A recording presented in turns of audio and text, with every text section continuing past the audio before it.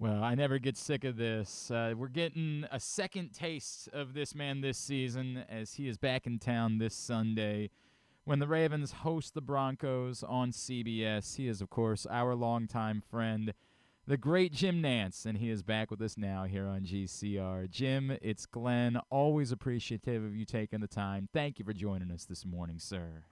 Hey, you know what, Glenn? We actually have now a lot of years piled up Man. doing this, and more importantly, a lot of years of friendship. So it's great to be back with you. I'm excited to be back in the booth at M&T Bank this Sunday. I know there are going to be a lot of people anxious to put the stench of Sunday's loss to Cleveland behind them, but I still think the Ravens, even with that performance, I still think they have a great chance to make a very deep run, maybe a Super Bowl run. I want to talk about it. I hope you know, by the way, that I never take it for granted how kind you have been, and it's one of the things that I almost get emotional about how kind you are as a human and how much it means to all of us in this business. So thank you for that, Thank Jim. you. Thank you. Jim, if I could, because we want to talk about the Ravens, but obviously you just saw something unbelievably special on Sunday. Yeah. As a broadcaster, and I'm just picking your brain, like, do you think at all about the possibility ahead of time and what you do, or do you just know the best thing I can do is simply react the way that everybody else is to this magical thing that's unfolding in front of me? Well, you're lulled into a bubble, and you feel nothing in terms of the intensity that's out there for the viewer. You just feel completely lost in the arena. And no, you don't pre-plan anything. I didn't see the outcome before it happened. I just kind of went with the flow.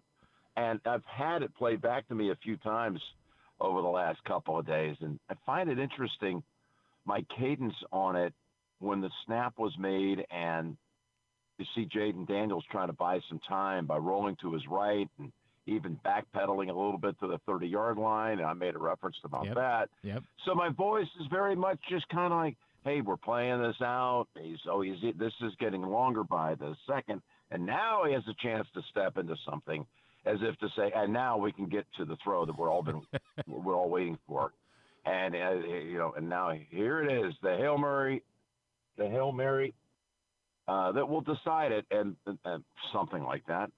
And then, of course, we know what happened. It was in the end, it was the easiest Hail Mary catch of all time. There was no one around, Noah Brown. It just fell right in his hands, and of course, I reacted to it. I'm in a reactionary business. You can hear my voice is still not full strength. I think I popped the vocal cord on that call. So early in the week, I'm limited in practice, but I should be full strength. Non-injury designation comes I like that. Sunday. Not even probable, the whole way ready to go. No, it would be fine. You nailed it. Coach is going to give me Coach is kind of giving me a Veterans Day rest. But, when he caught it, I just love that the moment just kind of happened and I was inside of it. I felt like it was slow motion, and I think I reacted the way it should have been handled. You truly nailed it. I wouldn't take anything back. Nope. It's interesting to hear it because when I get out of the booth and I'm walking down, everybody is euphoric. I'm not talking about the Commanders fans. I'm talking about my whole CBS crew. We've just had this incredible, epic ending. And somebody said, "What did you say?" And I said, "I have no idea what I said." So to hear me say, this town is going crazy, and with an inflection so strongly on crazy, that was just in the moment. And then I had a line that it was a madhouse here in Maryland. So it was just an amazing thing to watch. And, you don't want to sully a moment like that. You want to be able to go along with the clip because the clip's going to be played back forever. I know it was in Landover. This was a landmark moment for that franchise to officially say, we've broken the curse, we're back, and, we're going to find out a way to win now. Well, and ironically, you had just seen them, obviously, a couple of weeks before that here in Baltimore. And as we transition to the Ravens, Jim, I think that day was evidence of what we know the Ravens are capable of being, which is when they're humming with Lamar Jackson and Derrick Henry, it really does seem like it is unstoppable. There's just nothing that a defense can do when the Ravens have things clicking. We can talk about, their own defense in a second, but how impressed are you by just seeing those two in the same backfield together? Well, you're referencing I was there for the Commanders game, which was won by Baltimore 30-23, and they were really unstoppable. And we've seen that most of the time this season since they got things really cooking at Dallas in week 3. So I walked away from that and said, I've just seen the best team in football. The record doesn't show it. I fully expect this will be the year for the Ravens. But it's week to week in this league, Glenn. It changes so fast. And now you got a third loss. Kansas City hasn't been great, but they've been unbeaten. So they've got the 3-game lead, essentially 4 because they have them head-to-head.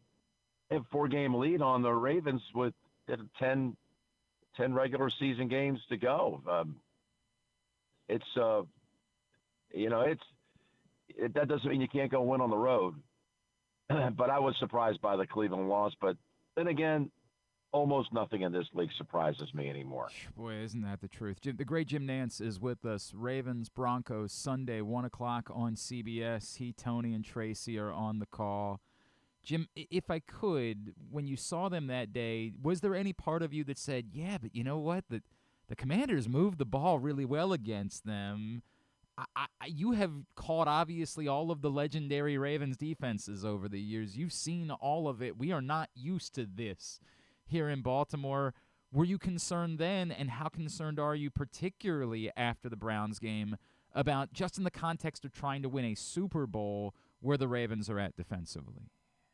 Well, they've got to figure it out, and they've got plenty of time to figure it out. That is clearly the concern right now, is that this is not the great Ravens defense that we've grown accustomed to, that we even just saw last season when they swept the most important categories, first across the board. Fewest points allowed, fewest yards allowed, most sacks or whatever, maybe most takeaways. It was amazing what they accomplished and accumulated last year. So now they're like in the 20s in all those categories in the league standings. So that's got to get better, but I believe it will. And you can't it's amazing how many teams have a completely different look the second half of the season. Now you got a Denver team coming in here that in some ways we think they're pushovers, but they're not. No. And their defense, hey, I take the Ravens offense in pretty much every matchup, even against great defenses. But what they're doing in Denver with this defense, it's going to be a better game than you think. This is our primary game. Denver's won 5 games now. They're 5-3. Their rookie quarterback's getting comfortable. He's running things, and listen, Peyton is coaching and teaching, and that franchise has come a long way. And alas, they've emerged into a number 1 slot on a CBS weekend, which we never saw that at the start of the year. They would be in that place. I'm with you, and I do think, to your point, it's got to be a testament to Sean. This is not a group of household names that we're talking about with the Broncos right now. This is not, Peyton Manning and Von Miller from a few years back. Like, this is a group that they've had to get more out of, and it seems like Sean Payton is doing just that. He's doing a heck of a job. I mean, they are playoff contenders, and they're fearless. I mean, they've won some games now on the road that you never would have expected. So they can quiet people down pretty quickly. So anyway, short of it is, it's going to be a good game. It's always good to be back in your great city. I had a wonderful time there 2 weeks ago. Got to walk the harbor, have a little dinner on the harbor, a lunch too. And Little Italy, visit there, and I I enjoy myself when I'm in Charm City. I Trust know me. you do, and we enjoy having you. If I could, and I know that you will want to praise everyone, but you have watched iconic, and you have had a seat, and to get to know these guys and to see them at the height of their heights. And I know that Lamar Jackson hasn't won a Super Bowl yet, Jim, but just from a sheer viewing, and you don't know what you're about to see standpoint, can you give a sense? Is he one of the 3, one of the 5, one of the 10, something like that, greatest athletes that you've been able to broadcast in that Tiger Woods, Tom Brady ilk? When people put lists together, sometimes they're not ready and they forget guys from over here, over there. This is my 40th year at CBS. Right. I'm calling my 500th game in a couple of months. Congratulations. For the NFL. So I've seen a lot of players. But listen, I don't want to sell him short. I don't know. Is he on top 5? I couldn't sit here and rattle it off the top of my head, everybody that I've seen, because, I saw players back in the 80s. I did games, believe it or not, with Joe Montana, Jerry Rice, and Emmitt Smith, Walter Payton. I did games with them, playing in those games. So there are a lot of great athletes. But in the modern era right now, what Lamar's doing, still got a great chance to win a 3rd MVP. It's spectacular to watch. It really is. Jim, is there anything else that we can plug for you, my friends? Oh, listen, not a thing. I long for nothing. I'm grateful for everything. I'm grateful. I have a big, big spot in my heart for all this gratitude to be able to go to games like this, to see the game that I saw last week, to still at this point in my life, this station of life, to chase the childhood dream. It's all good, and there's going to be no one in that stadium who's going to enjoy being there more. Now, maybe some can be at the same level, but I will be having a great time on Sunday, trust me. Jim Nantz, it's all sorts of gratitude to be able to spend time with you, my friend. Thank you for making time for us Thank you, always Glenn. this week. Thank you, brother. I appreciate you, man. I hope to see you.